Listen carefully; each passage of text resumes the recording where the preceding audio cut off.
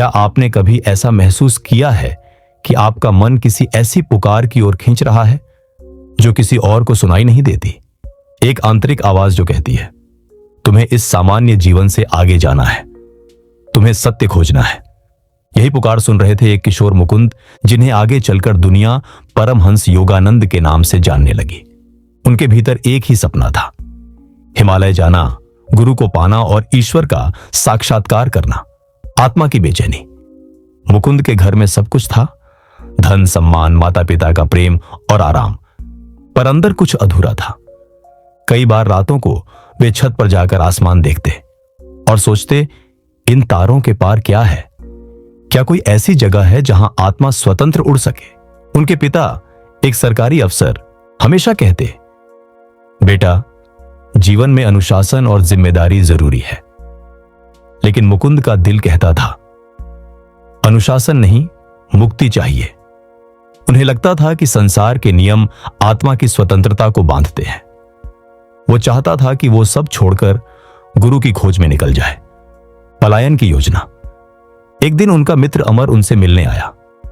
अमर भी उसी जिज्ञासा में जल रहा था, ईश्वर को अनुभव करने की इच्छा। दोनों ने साथ बैठकर योजना बनाई। हम दोनों हिमालय की ओर चलेंगे, वहां साधु संतों के बीच रहेंगे, ध्यान करेंगे और भगवान के साक्षात्कार तक नहीं लौटेंगे।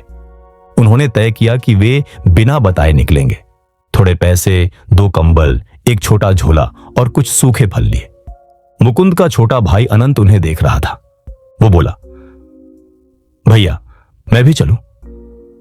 मुकुंद मुस्कुराए, नहीं, तू छोटा है, पर अगर पकड़े गए तो सबको बता देना कि हम भगवान की खोज में गए हैं। रात भर दोनों ने तैयारी की, कौन सी ट्रेन पकड़नी है, कहां उतरना है और कैसे किसी को शक न हो। यात्रा की शुरुआत। सुबह 4 बजे वे घर से निकल पड़े। दिल जोर जोर से धड़क रहा था, हर कदम जैसे स्वतंत्रता की ओर था।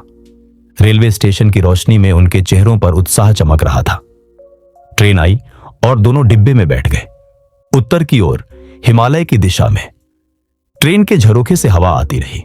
मुकुंद ने आसमान की ओर देखा और कहा, अमर, देखो वो पहाड़ जैसे हमें बुला रहे हो।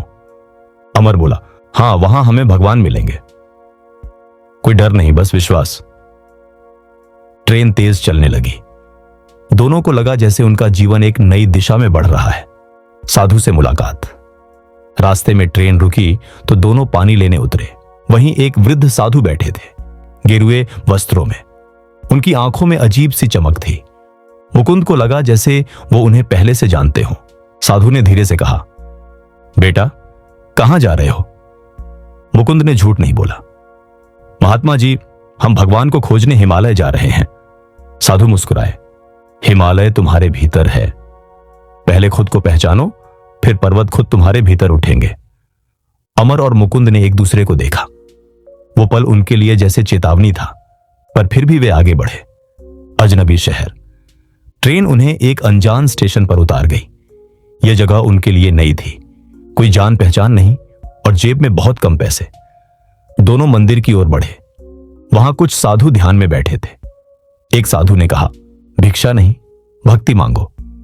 मुकुंद को वह वाक्य भीतर तक चुभ गया, पर भूख ने मजबूर किया। उन्होंने वही प्रसाद खाया जो किसी ने दिया। रात आई तो दोनों मंदिर के बाहर पेड़ के नीचे सो गए। आसमान तारों से भरा था, पर मन में सवाल भारी थे। क्या यही भगवान की राह है? ईश्वर की परीक्षा। सुबह जब उठे तो उनका बैग गायब था। पैसे, कपड़े, सब कुछ चोरी हो चुका था। अमर गुस्से में बोला, अब क्या करेंगे? वापस चले? मुकुंद शांत थे। नहीं, शायद यह ईश्वर की परीक्षा है।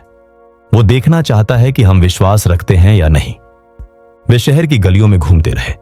फिर एक दुकानदार ने उन्हें देखा और कहा, तुम लोग बहुत थके हुए लग रहे हो, घर कहां है? मुकुंद ने सच बता दिया, हम घर छोड़कर ईश्वर की खोज में निकले हैं। वो व्यक्ति कुछ देर उन्हें देखता रहा, फिर बोला, बेटा, भगवान को ढूंढने नहीं निकलना पड़ता। अगर तुम सच्चे हो तो वो खुद तुम्हें ढूंढ लेता है। उसने उन्हें भोजन कराया और कहा, अब घर लौट जाओ, तुम्हारे माता पिता तुम्हारी प्रतीक्षा कर रहे हैं। वापसी की यात्रा। वो व्यक्ति उन्हें रेलवे स्टेशन तक छोड़ने गया। दोनों लड़के चुपचाप बैठे रहे। ट्रेन चली और मुकुंद खिड़की से बाहर देखता रहा। पहाड़ दूर जा रहे थे, पर भीतर कुछ बदल गया था। अब वो भागने नहीं, समझने की चाह रखते थे। उन्होंने महसूस किया कि भगवान कोई दूर की मंजिल नहीं, बल्कि भीतर की यात्रा है। पिता का सामना। घर पहुंचने पर पिता दरवाजे पर खड़े थे। चेहरे पर गुस्सा नहीं, बस गहरी चिंता थी। उन्होंने कुछ नहीं कहा, सिर्फ मुकुंद को गले लगा लिया। मुकुंद रो पड़े। पिताजी, मैं ईश्वर की खोज में गया था। पिता मुस्कुराए। बेटा, ईश्वर घर छोड़ने से नहीं, कर्तव्य निभाने से मिलता है। यह वाक्य मुकुंद के जीवन का पहला बड़ा सबक था। आत्मा का जागरण। उस रात मुकुंद ध्यान में बैठे। आंखों में आंसू थे, पर हृदय में शांति थी। उन्हें महसूस हुआ जिस ईश्वर को वे हिमालय में ढूंढ रहे थे, वो उनके भीतर, उनकी सांसों में है। उन्होंने मन ही मन कहा, अब मैं भागूंगा नहीं, अब मैं ध्यान करूंगा जब तक सत्य मेरे भीतर प्रकट ना हो जाए। व्याख्या, एक्सप्लेनेशन। यह अध्याय सिर्फ एक बच्चे की यात्रा नहीं है, यह हर खोजी आत्मा का प्रतीक है। कभी कभी जीवन हमें भटकाता है ताकि हम सही दिशा में लौटें। मुकुंद का पलायन असफल नहीं था, वो एक आध्यात्मिक परीक्षा थी। जब उन्होंने घर छोड़ा तो बाहरी स्वतंत्रता की खोज थी, जब लौटे तो भीतर की स्वतंत्रता को पाया। जीवन के सबक, लाइफ लेसन्स। एक ईश्वर को पाने के लिए भागना नहीं, ठहरना सीखो। जब मन शांत होगा, सत्य अपने आप प्रकट होगा। दो, हर असफलता एक सिखावन होती है। मुकुंद का पलायन एक अनुभव था जिसने उन्हें विनम्र बनाया। 3, सच्ची भक्ति जिम्मेदारी से शुरू होती है। जो अपने कर्तव्यों से भागता है वह ईश्वर से भी दूर जाता है। 4, गुरु तभी मिलता है जब शिष्य तैयार हो। मुकुंद अभी तैयार नहीं थे, इसलिए उनकी यात्रा अधूरी रही। 5, ईश्वर बाहर नहीं, भीतर की गहराई में है। बाहर खोज खत्म होती है, भीतर खोज शुरू होती है। दार्शनिक अर्थ, मोरल एंड इनसाइट। हर आत्मा की यात्रा पलायन से शुरू होती है, बाहर से भीतर की ओर। हम दुनिया से भागना चाहते हैं, पर वास्तव में हम अपने स्वयं से भाग रहे होते हैं। जब मुकुंद लौटे तो वो बाहरी यात्रा अधूरी थी, पर आंतरिक यात्रा की शुरुआत हो चुकी थी। यही इंटरप्टेड फ्लाइट थी, जहां पंख टूटे नहीं, बस दिशा बदल गई। आधुनिक जीवन के लिए संदेश। आज हम सब अपने अपने हिमालय ढूंढ रहे हैं, कोई सफलता में, कोई रिश्तों में, कोई ध्यान में, पर असली हिमालय हमारे भीतर है, जहां शांति, प्रेम और सत्य निवास करते हैं। अगर हम रोज कुछ मिनट खुद के भीतर झांकें तो पाएंगे कि भगवान कहीं नहीं गए, बस हम व्यस्त हो गए। Moral summary. जब तक मन भागता रहेगा, आत्मा थकती रहेगी। जब मन रुकता है, तभी ईश्वर की आवाज सुनाई देती है। मुकुंद का पलायन यही सिखाता है। हर गिरावट, हर रुकावट, हर वापसी आत्मा की ऊंचाई की तैयारी होती है। भावनात्मक अंत। हर आत्मा की अपनी उड़ान होती है, कोई अधूरी नहीं रहती। बस हर उड़ान सिखाती है कि आसमान बाहर नहीं, भीतर है। जय गुरुदेव। हर पल एक अवसर है, भगवान को बाहर नहीं, अपने भीतर देखने का। अगर इस कहानी ने आपके दिल को छू लिया हो तो इसे अपने जीवन में उतारिए और एक पल के लिए रुककर अपने भीतर के हिमालय को महसूस कीजिए।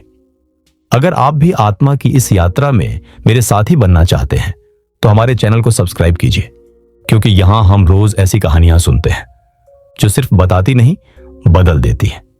घंटी दबाना मत भूलिए, ताकि जब अगला अध्याय आए आप उसे पहले सुन सकें। जय गुरुदेव। शांति, प्रेम और प्रकाश आपके जीवन में सदैव बना रहे।